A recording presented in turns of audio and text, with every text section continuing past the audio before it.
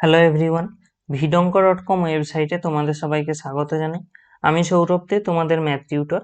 এখানে দেখো তোমাদের সঙ্গে যে প্রশ্নটি নিয়ে আলোচনা করব, আমাদের দেখো এখানে একটি নির্ণায়ক দেওয়া আছে যার মধ্যে এক্স সংক্রান্ত কিছু পদ রয়েছে এবং ডান দিকে ওই নির্ণায়কের মান দেওয়া আছে 28। এখান থেকে আমাদেরকে এক্স এর অখণ্ড মান নির্ণয় করতে হবে, অর্থাৎ ইন্টিগ্রাল ভ্যালু নির্ণয় করতে হবে। তো আমরা এখানে এটাকে নির্ণায়কটাকে প্রথমে বিশ্লেষণ করব, দিলে আমরা এক্স এর একটা সমীকরণ পাবো। তারপরে আমরা দেখব যে এক্স এর ইন্টিগ্রাল ভ্যালু বা অখণ্ড মান কি আসে। তো নির্ণায়কটা যেটা আছে সেটা লিখে নেওয়া যাক। এটার ভ্যালু ডান দিকে আমাদের দেওয়া আছে কত, 28। তো নির্ণায়কটা এবারে বিশ্লেষণ করা যাক। তাহলে আমরা পাবো কত, এক্স স্কোয়ারের সাপেক্ষে যখন বিশ্লেষণ হবে তখন আমরা প্রথমে কোনাকুনিটা গুণ হবে, 8 মাইনাস 1 মাইনাস এক্স ইন্টু, যখন এটা গুণ হবে কত, 0 আর 4 গুণ হয়ে 0, আর এই 3 আর 1 গুণ হয়ে আমরা পেয়ে যাব কত, 3। লাস্টে প্লাস 1 ইন্টু 1 এর সাপেক্ষে ভাঙলে দেখো প্রথমে এটা গুণ হবে, এটা তো 0 আসছে, মাইনাস তারপরে এই 3 আর 2 এর গুণ অর্থাৎ 6। এটার ভ্যালু আমাদের দেওয়া আছে 28। তাহলে আমরা এখান থেকে কত পাচ্ছি দেখো, এখানে 8 এর সঙ্গে এই এক্স স্কোয়ার গুণ হয়ে যাচ্ছে অর্থাৎ 8 এক্স স্কোয়ার। তারপরে এখানে আমরা কত পেয়ে যাচ্ছি দেখো, এখানে এই -3 আর -x, এটার জন্য আমরা এখান থেকে কত পেয়ে যাব, +3x। আর এখানে আমরা কত পেয়ে যাচ্ছি না, -6। এটা সমান দেওয়া আছে আমাদের 28। তো এরপরে আমাদের কাজ কি হবে না, এই যে 28 এটাকে বাম দিকে নিয়ে চলে আসা।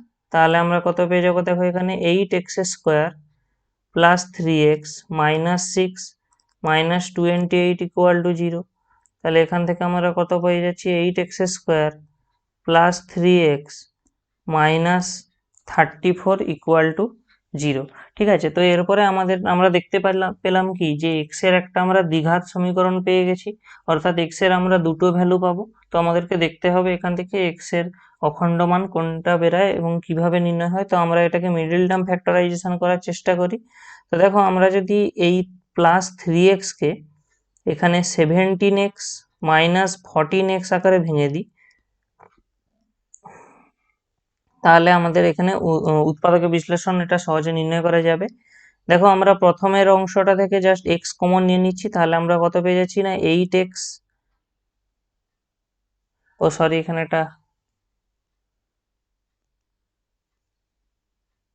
এখানে একটা মিস্টেক হয়ে গেছে, এইটা টোটালি 7 হবে। তার কারণ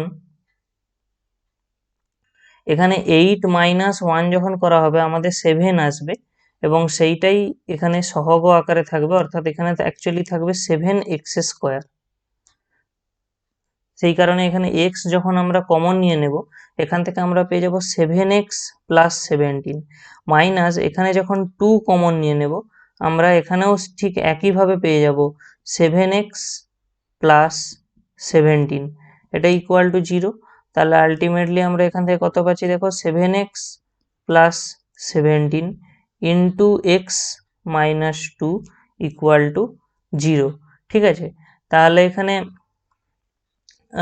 দুটো সংখ্যার গুণফল যখন শূন্য হয় তখন আমরা জানি এদের মধ্যে যে কোনো একটা সংখ্যাকে অবশ্যই শূন্য হতে হবে।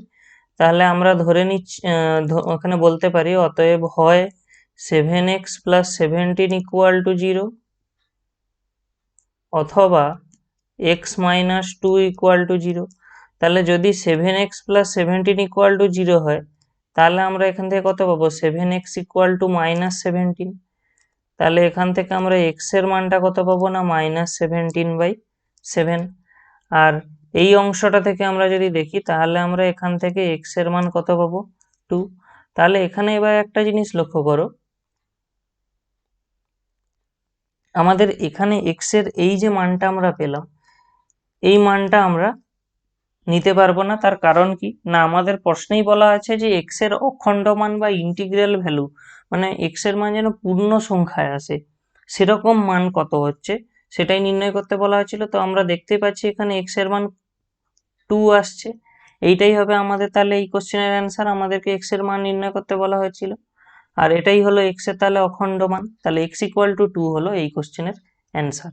vidonko.com ওয়েবসাইটে এই ম্যাথটি দেখার জন্য তোমাদেরকে অসংখ্য ধন্যবাদ জানাই। এরকমই নানা প্রশ্ন এবং তাদের সমাধানের জন্য তোমরা আমাদের ওয়েবসাইটটি ভিজিট করো।